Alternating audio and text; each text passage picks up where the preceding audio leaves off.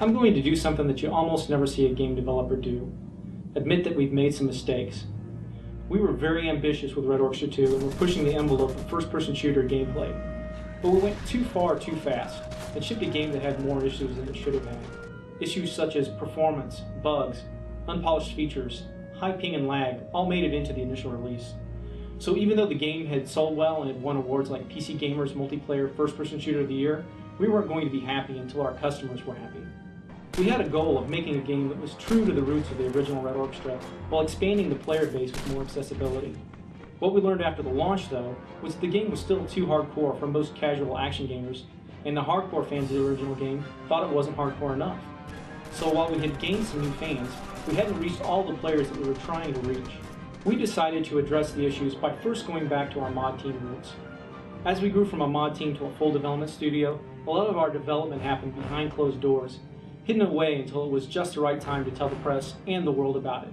This is smart corporate PR, but leaves fans of the game out of the equation. What we lost from our mod days was this collaborative development, where we would do regular releases to the fans throughout the development, and then make adjustments to the game along the way. This was exciting for them because they got to see the progress as it happened, and they got to be a part of the development process, and the game was better for it.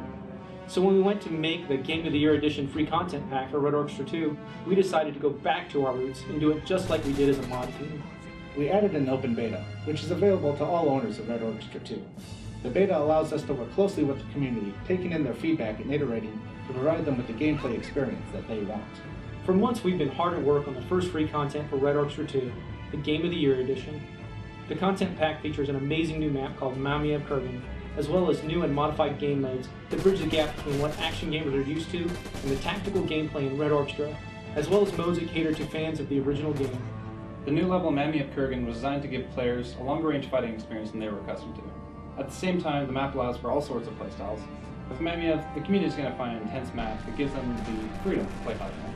One of our goals with Mamia was to convey how cold and desolate the hill had become throughout the battle. We littered the field with destroyed buildings and vehicles, then went for a cool color palette on the exterior to contrast the buildings burning in the distance. A warm, home-like glow was used for the interior to show that the soldiers had spent months in these bunkers.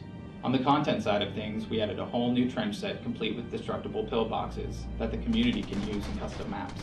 For our first major update to Red Orchestra 2, we not only wanted to add new content and game modes, but also increase performance and refine existing gameplay features to a new level of polish. One of the things we learned from the fans after the release was that many of them thought the game was too hardcore, not hardcore enough, or just not enough like the original game, which is why we decided to add two new gameplay modes to the arsenal, Action Mode and Classic Mode. With Classic Mode, our goal was to return to the roots of what fans of the original Red Orchestra had fallen in love with. So now with Classic Mode, we've blended a lot of the great gameplay innovations in Red Orchestra with the tactical and edgy gameplay from the first game.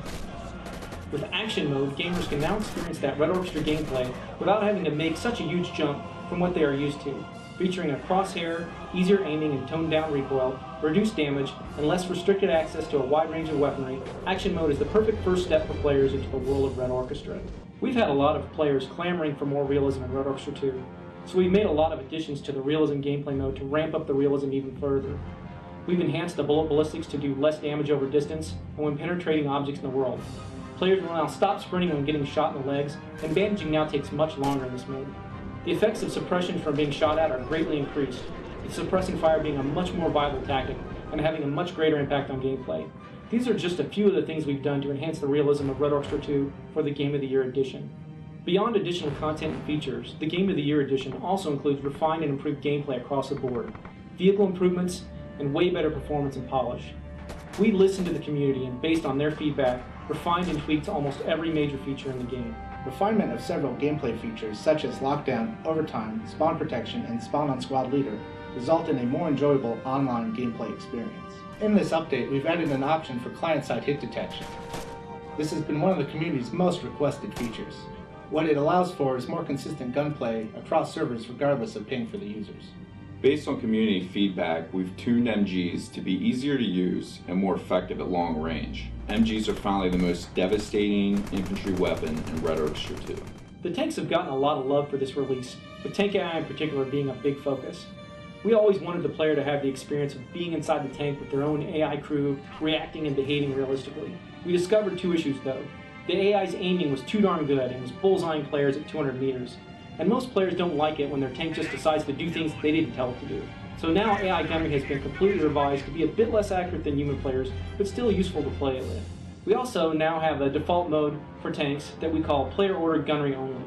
This means now tanks will only decide to shoot at people if the human player in the tank orders them to. Finally, we made a lot of refinements to the functionality of the tanks, including getting them a lot more balanced when combating each other. We've added an option for players to choose the exact weapon upgrade variant that they want. For example, a player might find that the MKB with a scope is great for long-distance fighting, but much better without it for close-quarters combat. One of the key things we wanted to improve since the release of the game was the performance, so that people with a wide range of hardware could enjoy it. This required a considerable overhaul of the game's underpinning. We've been cleaning house in the bug department. This update alone, we've addressed more than 50 major bugs. At the end, we completely revamped the dynamic shadows in the game, optimized the player animations, changed the way the UI was rendered, optimized maps by combining meshes to reduce drawfalls, and even made core engine changes like the way the frames are smoothed. Winning the multiplayer first-person shooter Game of the Year award from PC Gamer was a great honor. It also highlighted to us that despite the bumps along the road, the game had taken some big risks to innovate and really made some great strides in pushing the multiplayer first-person shooter genre forward.